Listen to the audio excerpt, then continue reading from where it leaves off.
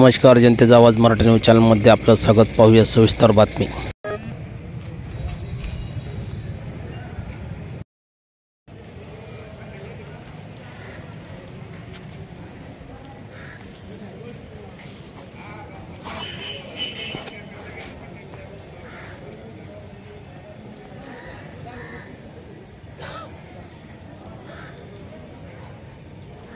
नमस्कार,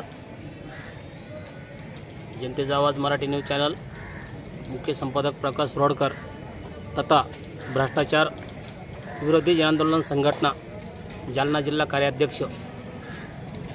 मी आज उपविभागीय अधिकारी कार्यालय भोकरदन या ठिकाणी आमरण उपोषणाला बसलेलो आहे. आणि भोकरदन शहरामध्ये अनधिकृत आदिनाथ हॉस्पिटल चालू आहे आणि बॉम्बे नर्सिंग ॲक्टप्रमाणे हे हॉस्पिटल चालू नाही आहे. आम्ही निवेदन दिले होते आणि त्या निवेदनावर वैद्यकीय अधीक्षक शासकीय रुग्णालय भोकरदन काथारकर मॅडम यांनी कोणत्याही प्रकारची कारवाई केली नाही. आणि त्यांनी कारवाई केली नाही म्हणून आम्हाला ही आज उपविभागीय अधिकारी कार्यालयासमोर उपोषणाला बसण्याची वेळ आलेली आहे.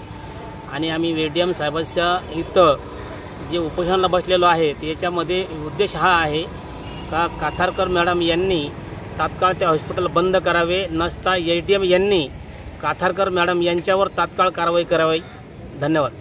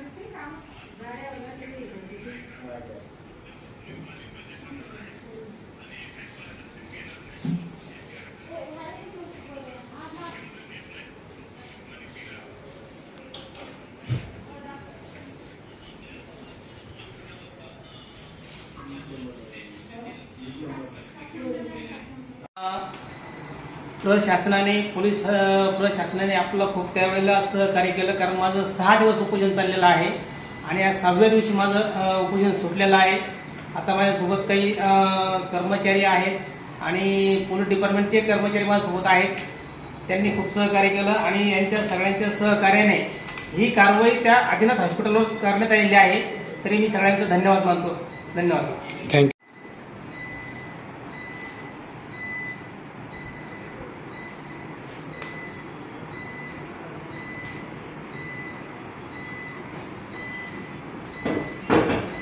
दोन शब्द बोलता का?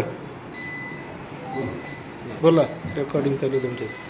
नमस्कार, मी प्रकाश रोडकर, भोकरदन उपविभागीय अधिकारी कार्यालयासमोर मी 9 तारखेला आदिनाथ हॉस्पिटल यांच्या संदर्भात मी उपोषण लावले होते आणि ते उपोषण मी आज मागे घेतलेलं आहे. पत्राप्रमाणे काथारकर मॅडम यांच्या पत्राप्रमाणे, कारण त्यांनी माझी जी मागणी होती हॉस्पिटल सेल करण्याची, त्यांनी त्यापैकी ते हॉस्पिटल बंद केलेलं आहे आणि ते पत्र हे आहे.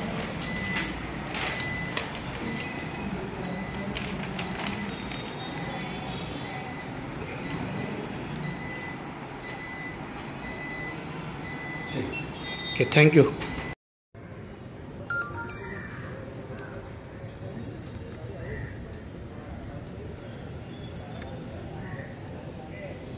नमस्कार. जनतेचा आवाज मराठी न्यूज चॅनल, प्रकाश रोडकर मुख्य संपादक. भोकरदन उपविभागीय अधिकारी कार्यालयासमोर उपोषण आपण लावलेलं आहे आणि ह्या उपोषणाचा आजचा 3रा दिवस आहे. वैद्यकीय अधीक्षक ग्रामीण रुग्णालय भोकरदन काथारकर मॅडम आणि त्यांचे काही सहकारी हे माझ्याकडून येऊन गेले 2-3 वेळेस, परंतु जशी त्यांची भूमिका पाहिजे होती तशी भूमिका आढळून आलेली नाही. आणि ज्या वेळेला आदिनाथ हॉस्पिटल त्यांनी पंचनामा केला तर त्या पंचनाम्यामध्ये बॉम्बे नर्सिंग होम ॲक्टप्रमाणे ती कारवाई त्यांनी करायला पाहिजे होती, परंतु तसे काही घडले नाही. आणि ते लायसनही त्यांचं रेनो नाही, आणि लायसन रेनो नाही म्हणून यांनी काय केलं, त्यांच्या अहवालामध्ये जालन्याला जेव्हा त्यांनी अहवाल पाठवला तर त्या अहवालामध्ये होय या नाही अशी त्यांनी 2 प्रश्न वापरले. हे वैद्यकीय अधीक्षक असल्या कारणाने यांनी ते सरळ्यांना ती भूमिका होती, कारण त्यांना वरचा आदेश होता हे दवाखाने हॉस्पिटल चेक करा. यांनी ते चेक केले आणि चेक करून त्यांनी चुकीचा अहवाल पाठवल्यामुळे त्यांनी काय केलं,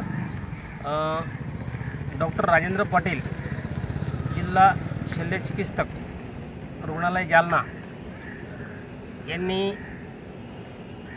आदिनाथ हॉस्पिटलची OPD चालू करण्यासाठी परवानगी दिलेली आहे. आता परवानगी अशी दिलेली आहे, खरं म्हणजे परवानगी देण्याचं कारणच नाही का यांनी परवानगी द्यायलाच पाहिजे त्यांना, असं काही स्पष्टीकरण नाही आहे.